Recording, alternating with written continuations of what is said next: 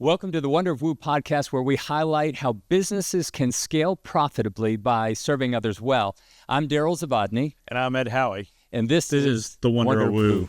If you're a business owner investing time, money, and marketing only to be frustrated by losing customers, then this podcast is for you.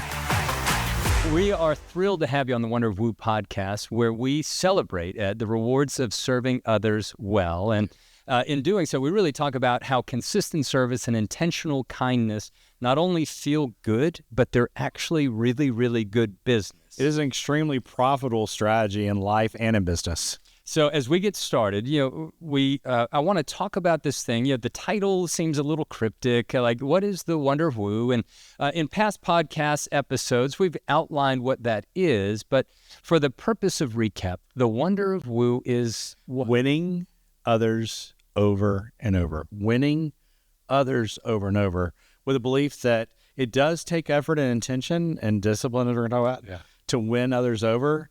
It takes a lot more of all of that if you're going to win others over and over again. Absolutely. Well, and so in the previous episode we recorded, we talked about that first O, others, and it felt like this. I felt like we kind of beat this thing down, but it really was important to center it on, in business and in life, focus on others. And so we really spent a lot of time talking about that. On this episode, what we're really going to talk about is O's number 2 and 3, over and over. And so we've entitled the name of this episode, Compound Interest versus Winning the Lottery, which sounds boring. And if you're listening, the lottery up kind of game. Yeah, well, and everybody is, right? And how many people actually do? Not many. And apparently they don't do very well keeping what they win. Right. And so what really the point of exploring today, before you check out, in our podcast community, before you check out, really what I want to explore together as we journey down this road, even as we might unpack some personal stories about, sort of how this has gone well and maybe where it hasn't, is the over and over part. So, oh boy, compound interest, that sounds boring. That sounds redundant. And it's probably a business discipline that's really, really necessary, right? So let's talk about how that might show up in the business world, right? So Ed, you own a marketing agency. I do. I've owned a marketing firm for 21 years. Okay. And so I had never run my own business until that. Okay. So our community, you may own a service agency, right? You may own a retail company. You may own a small mom and pop. It might be a manufacturing. Yeah. Right. So the idea, of course, is agnostic to the type of business, agnostic to the type of industry. What are we even talking about when we say compound interest and winning the lottery? So, instead of talking parabolically, what are we talking about, Ed? I think what we're really talking about here, and this is what has just been illuminating, but also kind of convicting, is that as business leaders, we are really demanded to be disciplined. Mm-hmm. I mean, this isn't let's just try to get a customer. Let's just try to take care of customers. Let's just try to start a business. Let's just try to be the CEO, right? We're saying, hey, we're going to stand up, we're going to show up, and we're going to do this. Mm-hmm. When we put a billboard advertising our business and say we're going to do something, we're making a commitment. Where the discipline, where the compound interest mindset, and it is a mindset, I believe, comes in, is being willing to commit to doing it over and over again. Would you be willing to share? You've had your agency for 2 decades. Okay.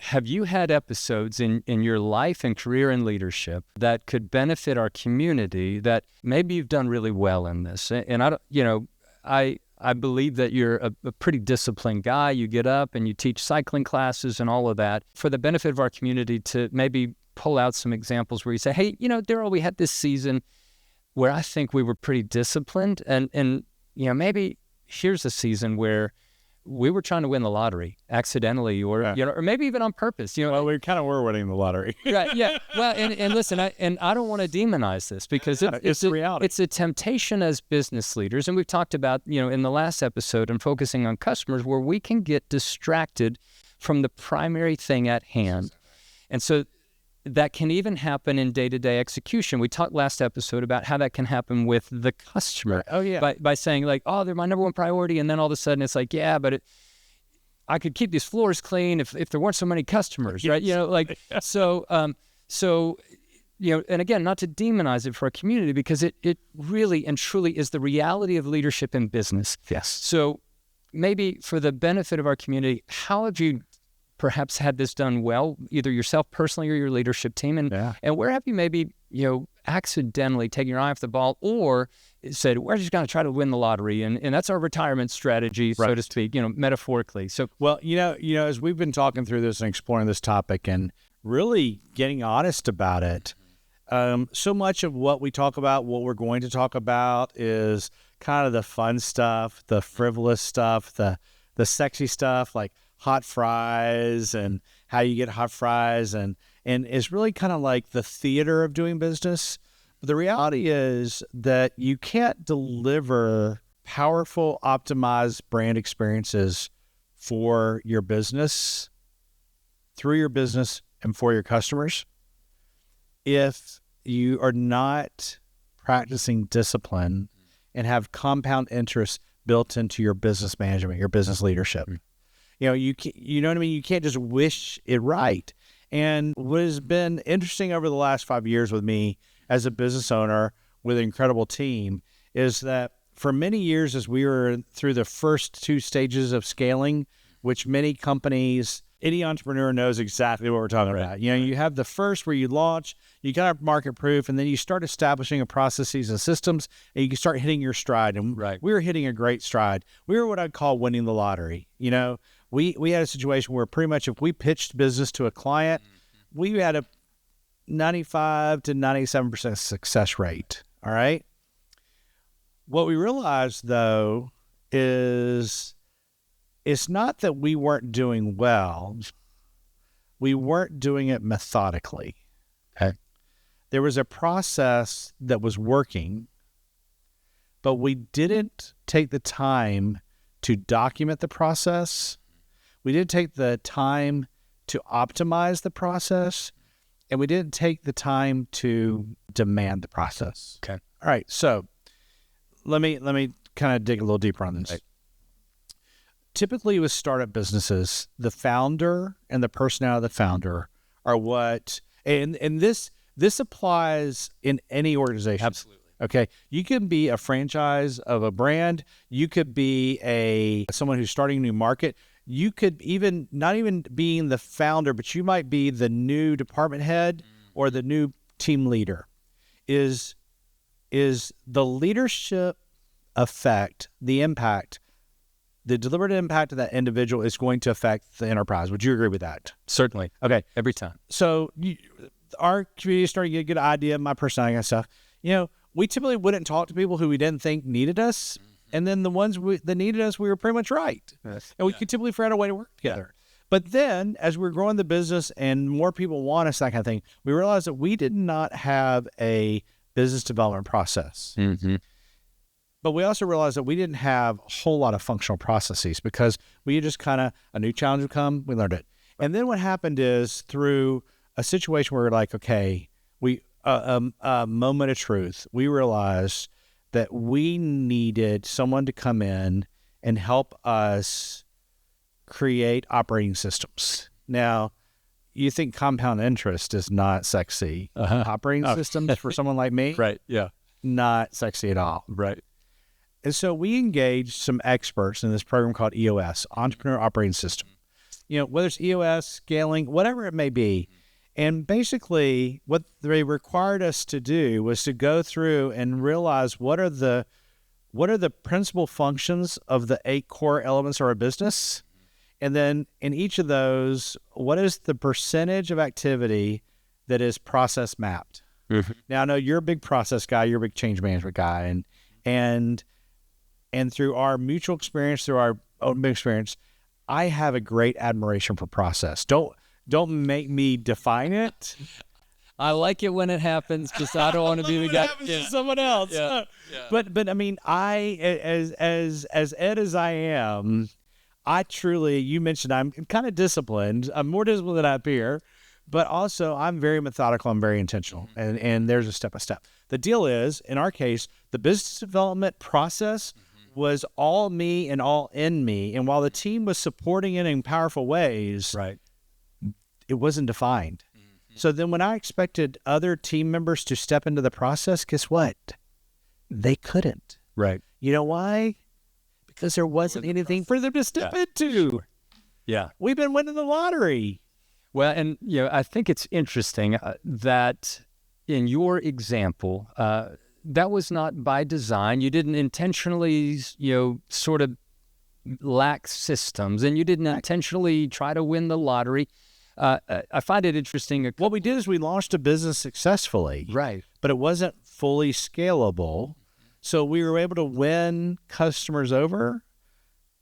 We weren't winning them over and over because there wasn't a replicable muscle memory building process in place. Yeah. So, and so really, I want to maybe talk about that inflection point in the case of your agency at BTY, and maybe highlight a couple of things. Number one, the value of pain, and number two, what happened on the other side of Did you say the value of pain? I did, and here's what I mean by that. No, I'm trying. Is in the moment, right? Business leader, whomever, mom, dad, husband, wife, brother, sister.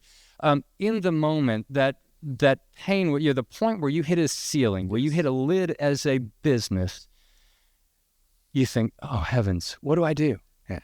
And it is precisely in that moment that you had an opportunity to make a decision. That's right. And it's almost the blessing of that pain, because on the other side of it, can we talk briefly about what happened on the other side of it? And to me, this is really where I want to connect the dots for our community.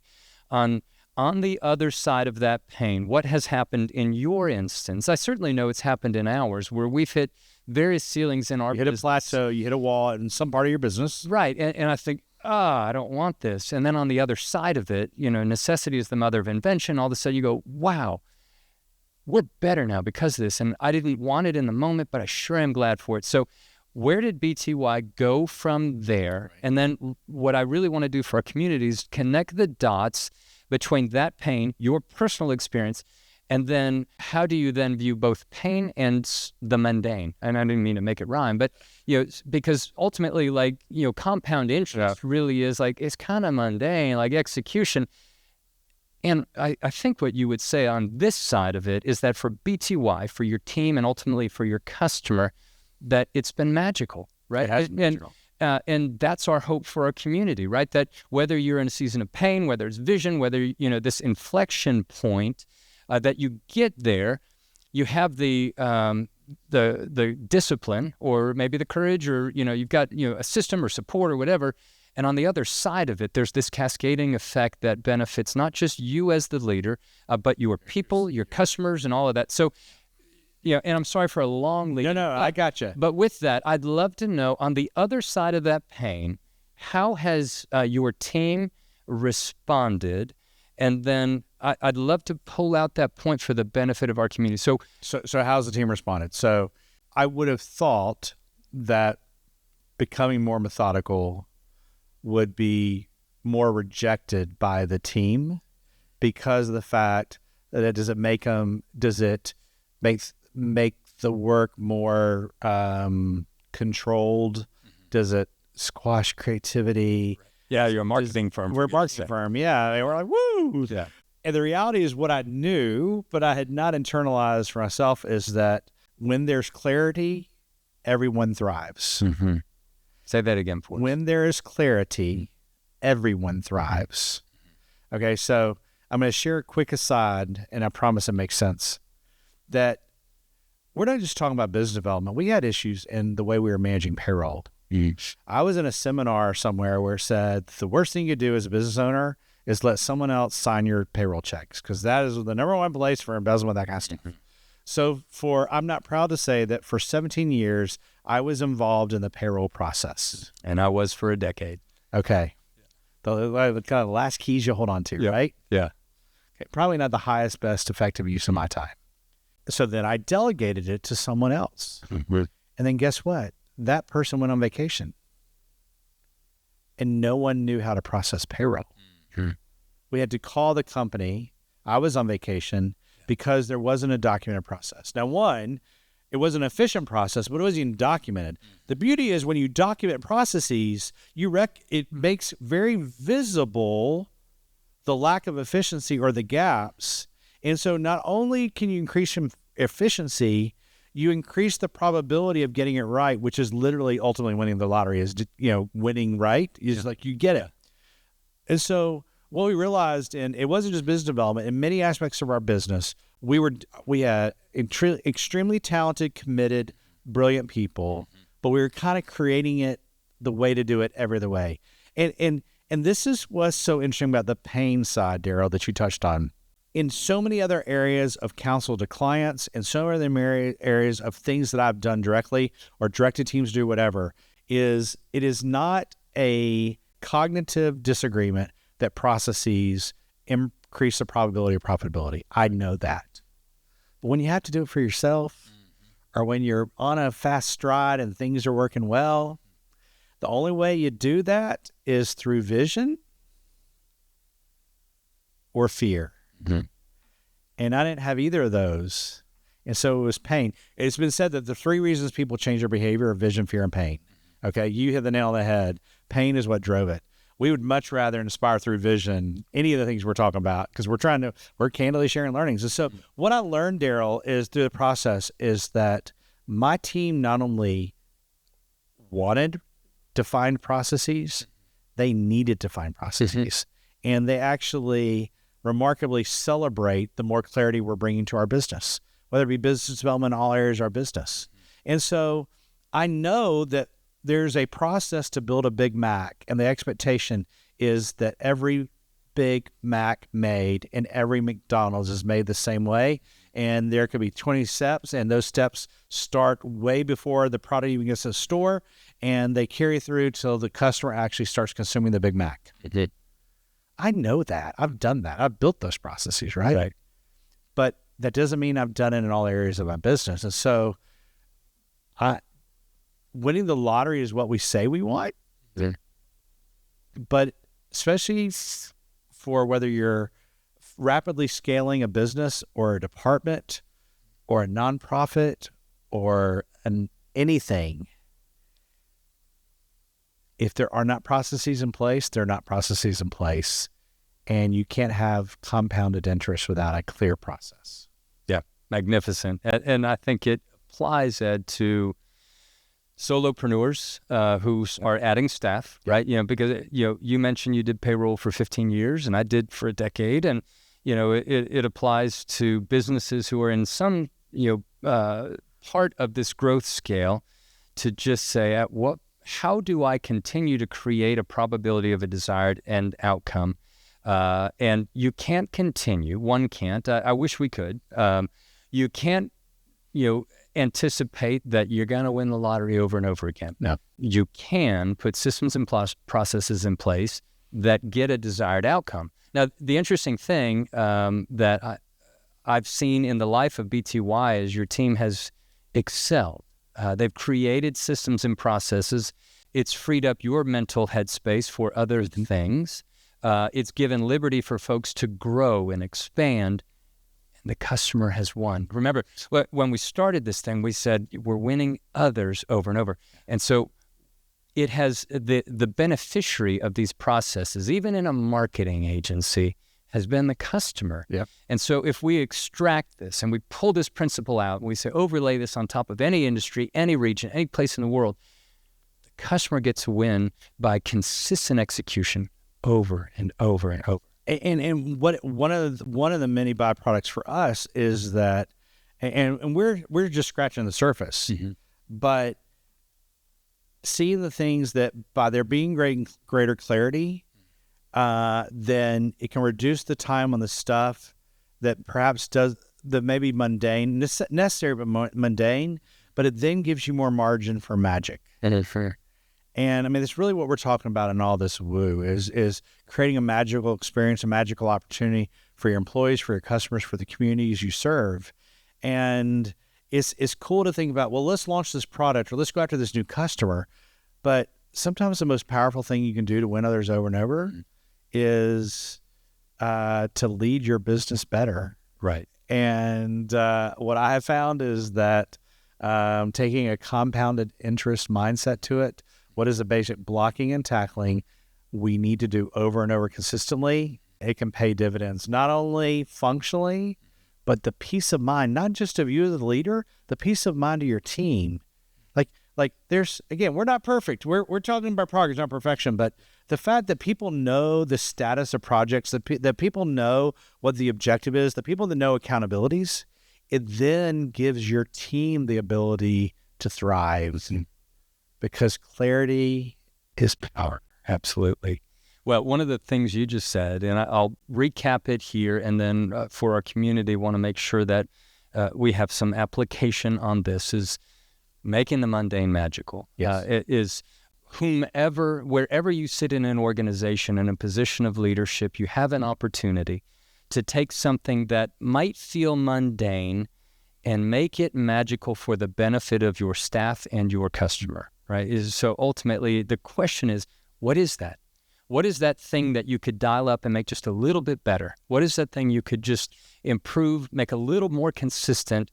Because it honors other people, and it is excellent in business. In our next episode, we're going to talk about frequent flyers, and you know a little bit. Yeah, about that. and you know a lot about that.